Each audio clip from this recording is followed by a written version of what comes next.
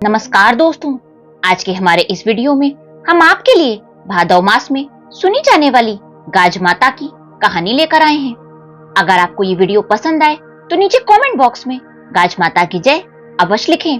तो आइए सुनते हैं ये कहानी। किसी गांव में एक साहूकार और साहूकारनी रहते थे। उनके एक बेटा और एक बहू भी थे। साहूकार के बेटे की शादी को कई साल हो चुके थे, लेकिन उसकी कोई संतान अभी तक नहीं हुई थी। साहूकार ने अपनी बहू को बहुत जगह दिखाया, टोना टोटका भी करवाया, जगह जगह देवी देवताओं को धोख भी दिलवाए, किंतु उसे सब जगह से निराशा ही हाथ लगी। एक दिन जब साहूकारनी अपनी पड़ोसन के यहाँ गई तो उसने देखा कि कई औरतें व्रत करके कथा सुन रही थीं। यह सब देखकर साहूकारनी ने पूछा कि आप लोग ये क्या कर रही हैं व किसकी पूजा कर रही हैं? इसको करने से क्या फल मिलता है? तब पड़ोसन ने कहा कि हम लोग गाज माता की पूजा कर रहे हैं और उन्हीं की कथा सुन रहे हैं। इनकी पूजा करने से निर्धन को धन व निसंतान को संतान मिलती है और जिनका विवाह ना हो रहा हो उनका विवाह भी हो जाता है। गाज माता सबका भला करती हैं, अन्न धन के भंडार भरती हैं। तब साहूकारनी ने कहा कि अगर मेरी बहू की भी गोद भर जाए तो मैं भी 1.25 पाव का रोट गाज माता को चढ़ाऊंगी। साहूकारनी ने वहीं बैठकर संकल्प लिया और गाज माता की पूजा भी की।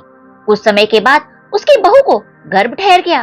तब साहूकारनी ने कहा, हे गाज माता, जब मुझे पोता होगा तो मैं 1.25 किलो का रोट चढ़ाऊंगी।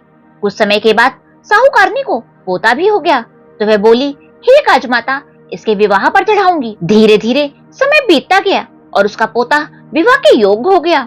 तो साहूकार ने एक अच्छी कन्या देखकर पोते का विवाह भी कर दिया। लेकिन साहूकारनी ने ना तो गाज माता का व्रत किया और ना ही पूजा की और ना ही कोई रोट चढ़ाया। एक रात को गाज माता साहूकारनी के सपने में आई और बोली, हे पुत्री, तूने संकल्प लिया था कि जब तेरे पोता होगा तो तू मेरी व्रत व पूजा करेगी, लेकिन तूने ना तो मेरी पूजा की और ना ही व्रत किया। तू मेरी पूजा से विमुख हुई है। साहूकारनी की नींद अचानक से खुल गई और उसने सारी बात साहूकार को बताई।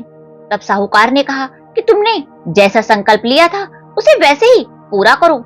सुबह उठते ही साहूकारनी ने गाज माता की पूजा करी और गाज माता के नाम का डोरा लेकर 5.25 किलो का रोट गाज माता को चढ़ाया और अपनी गलती की माफी भी मांगी। शाम को साहूकारनी का पोता आया तो उसने अपनी पत्नी के गले में गाज माता का डोरा देखा तो उसे उतारकर फेंक दिया। जब साहूकारनी का पोता खाना खाने बैठा तो उसने अपनी पत्नी की थाली में बिना नमक का रोट देखा तो पूछा कि ये क्या है?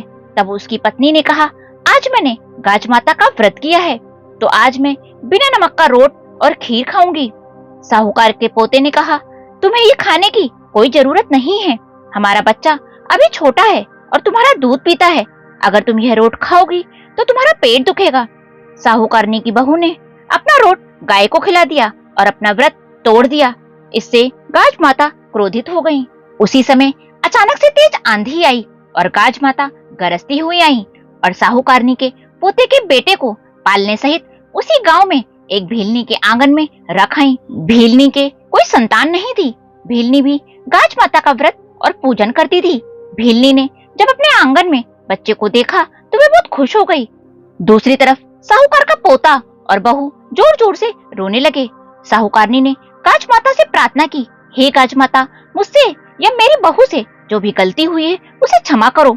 तब गाज माता ने कहा, हे पुत्री, तुम्हारी बहू ने मेरे डोरे को फेंक दिया और मेरे प्रसाद के रोट को गाय को खिलाकर मेरे व्रत को खंडित किया है, इसलिए उसे मेरा श्राप लगा है। लेकिन तेरा पोता सुरक्षित है। तेरा पोता एक भीलनी के घर पर है। तुम वहां जाकर अपना पोता ले लो। तब साहूकारनी भीलनी के घर गई और अपना पोता मांगा। भीलनी ने कहा, अगर ये बच्चा तुम्हारा है तो इसकी कोई निशानी बताओ। तब साहूकारनी ने कहा कि मेरे पोते के गले में एक लॉकेट है, उसमें गाज माता की तस्वीर है। भीलनी गाज माता की परम भक्ति। उसने बच्चे के गले में गाज माता का लॉकेट देखा तो खुशी खुशी साहूकारनी का पोता उसे सौंप दिया। साहूकारनी ने भीलनी को दूधो ना हो पूतो फलों का आशीर्वाद दिया और बहुत सारा धन उपहार में दिया। इसके बाद साहूकारनी ने गाज माता का व्रत पूरे परिवार के साथ विधि विधान से किया और 1.25 मन का रोट गाज माता को भोग में चढ़ाया। उधर भीलनी को भी गाज माता की कृपा से एक सुंदर पुत्र की प्राप्ति हुई। हे गाज माता, जैसे आपने साहूकार की बहू और भेलनी को दिया वैसे ही सबको देना। इस कहानी को कहने वाले, सुनने वाले और पूरे परिवार को भी देना। बोलो गाज माता की जय। दोस्तों, अगर आपको ये कहानी पसंद आई हो तो नीचे कमेंट बॉक्स में गाज माता की जय अवश्य लिखें।